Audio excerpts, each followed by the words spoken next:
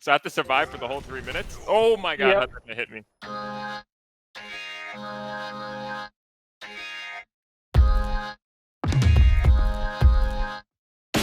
Hey Defiant fans, this week on The Session presented by Bell, we have Beast joining us with our fan Vithraldor, aka Ashley, to help improve their Rhine skills. Let's see what we can do. Intro out of the way. Alright, let's open things up with quick play first. Ashley, how long have you been playing Overwatch for? So I've been playing off and on for 2 years. I've mostly been playing comp with my friends. Like I rarely play solo. I've been five stacking a lot recently actually, and we always have a reliable off tank and usually a reliable healer line, so it helps me play a little bit better. What's your peak SR? Were you close? 1800 this season I think. And that's the new peak, right? I think so, yeah. Alright. If you're not 2K after this session, after about like 2 weeks You'll of be playing. like 5+. Yeah, Kill it. exactly. Nice. Good job, everybody. Good job, good job. So let's talk Rhine's role and team comps. So your team is running Rhine Czar, classic. Your healers are Anna, Moira, Sombra, Ash. Okay. Beast, when you play Rhine, is there anything you keep in mind specifically when considering your team comp and like how you approach Reinhardt? I think with your team comp, you have like a lot of healing, so you can like hold a corner, like hold space, and then if they come into you, you can kill them or do a lot of damage or whatever. And then if you get a kill or something, then you can like start walking up and go aggressive because you still have a lot of heals, but you usually don't want to go into like their LOS. So like that front corner there, if you just stay on that corner, where we're looking at right now, I think that's like a good spot. It's either you could drop and hold close right there, or you could like shield high ground and then play back and like play like a second fight instead of like holding close. But this is pretty good because their Rhine has like no shield and you have full shield, so it's not that bad. So is this where you would turn on the jets and just go aggressive? You see their shields cracking, you already Yeah, shatter. Like that's a shatter right there, or Yeah. would you probably just hold it? What you're doing here is like pretty good, I think. Okay. Just shutting up and letting your team shoot them, or going aggressive yourself. Question that I have for Beast and for in general for Rhine is, when do you hold your shield up versus the Zarya after she grabs, and when do you decide like when to counter shatter? Against Zarya, I think if she doesn't have bubbles, you can look for a counter shatter. But usually when you're grabbed, I like usually never look for a shatter. You might shatter people, but you'll still end up dying because there might be people shooting you in the back or something like that.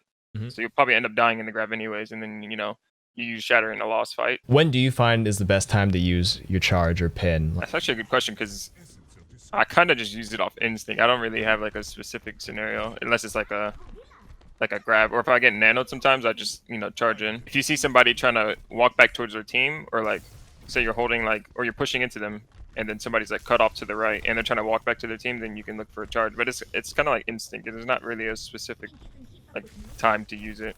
All right, so you switched to Rhine late, and this guy's been on Rhine the whole time. So in your mind, you should be thinking this guy might have shatter soon. So you have to be careful of just holding, like just swinging away. You could still end up like swinging, but you have to be like, it's like a prediction and a reaction. So like if you see a shield going down, he's like most of the time gonna look for a shatter then. Like if you're swinging on them, it's very hard to like react. Like see, you're so close, there's like no chance for you to react. I think like one of my main issues is that I try and go for the bigger shatters, I guess, rather than prioritizing one or two targets. Yeah, usually if you shatter like one or two people, as long as you get the kill, it's like the same thing with like if somebody solo grabs somebody, you get the kill, and like you winning the team fight, like it just goes up by a lot.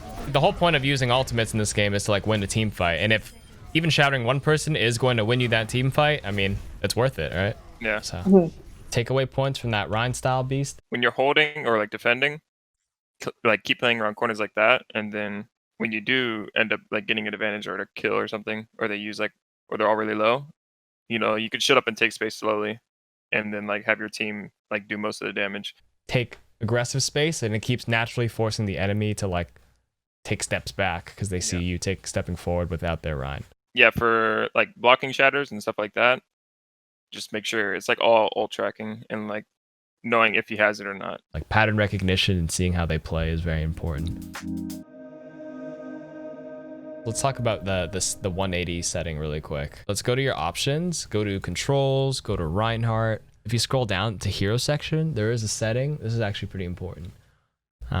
If you'd like to use a third-person camera, there's one where it says movement relative to camera during barrier free look. If you turn it off after you free look, I think it defaults back to where you were looking. If it is on, it will turn the camera to where you third person peeked. If you 180, you have to let go of shift, or not shift, left mouse button first, and then you can let go of shield.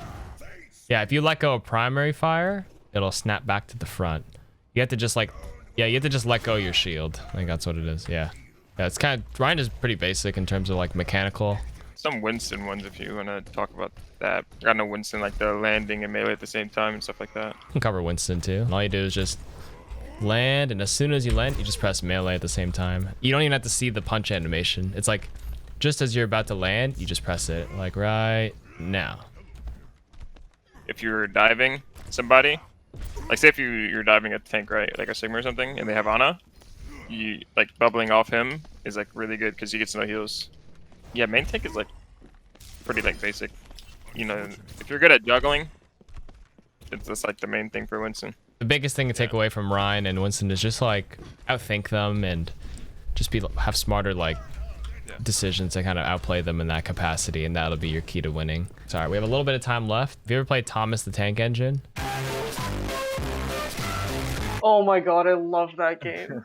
Oh, it is you. All right, we're on soldier. Good luck. Put those Ryan skills to use. Oh, you can get chat. I thought it was just pinning. What? Oh my god. Wait, no. Wait, that was it? Wait, that was it? I'm actually just a tank, just like this. Dun, dun, dun, dun. So I have to survive for the whole 3 minutes? Oh my god, Yep. that's gonna hit me. If you survive for 3 minutes, the soldiers win the game. God, I don't like looking you in Darn the it. eye. It's like so intimidating. Got Oh. Oh my no. god. The eyebrows go down, the mouth opens. Oh. Ooh.